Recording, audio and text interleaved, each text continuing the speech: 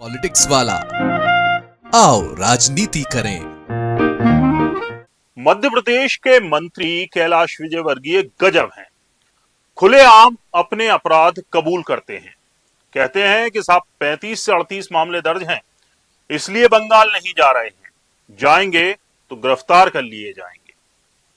लेकिन उससे भी गजब यह है कि जिन अपराधों का कबूलनामा वो जनता के सामने कर रहे हैं, उसका इजहार उन्होंने अपने एफिडेविट में नहीं किया, चुनावी हलफनामे में नहीं किया।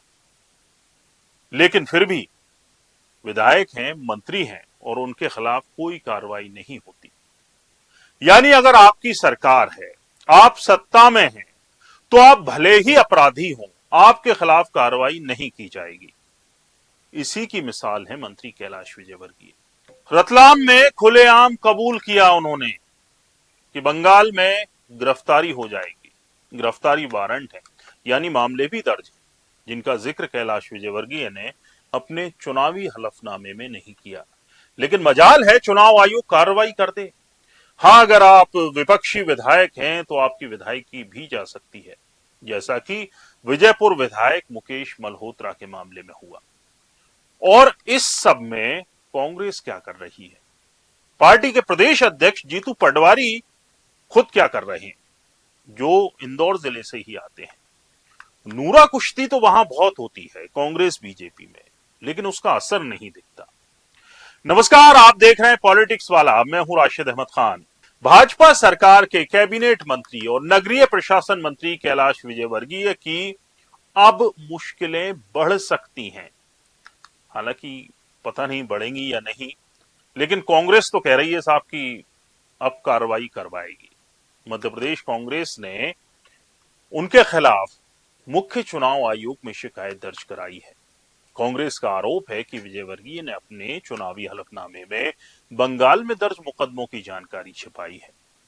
कांग्रेस प्रवक्ता प्रमोद कुमार द्विवेदी ने इलेक्शन कमीशन में शिकायत दायर की।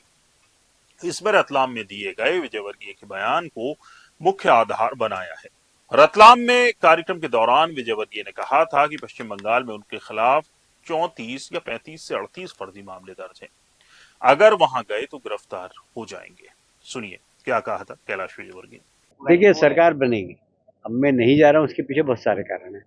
एक तो मेरे बहुत सारे गिरफ्तारी वारंट है, वहाँ 38 केस मुझ पर फर्जी लगाए हुए हैं और मैं जाऊं तो गिरफ्तार कर ले।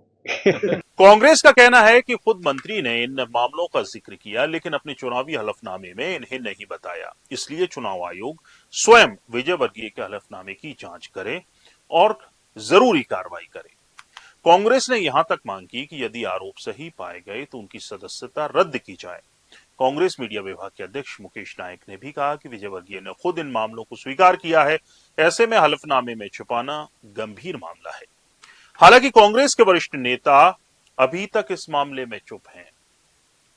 वैसे अगर कानून सबके लिए बराबर है तो फिर कैलाश विजयवर्गीय के खिलाफ कार्रवाई क्यों नहीं होती, और प्रदेश कांग्रेस इसको उस तरह से क्यों नहीं उठाती जैसे मुद्दों को, जैसा कि बीजेपी किसी मुद्दे पर कांग्रेस को घेरती है। और अब इसे लोकतंत्र की खूबसूरती कहें या कुछ और, मौजूदा हालात तो ऐसे ही हैं कि विपक्ष में हैं तो भिड़ जाएंगे, आपकी सदस्यता भी चली जाएगी। लेकिन अगर आप सत्ता पक्ष के साथ हैं, सरकार किसी की भी हो, आप बच जाएंगे।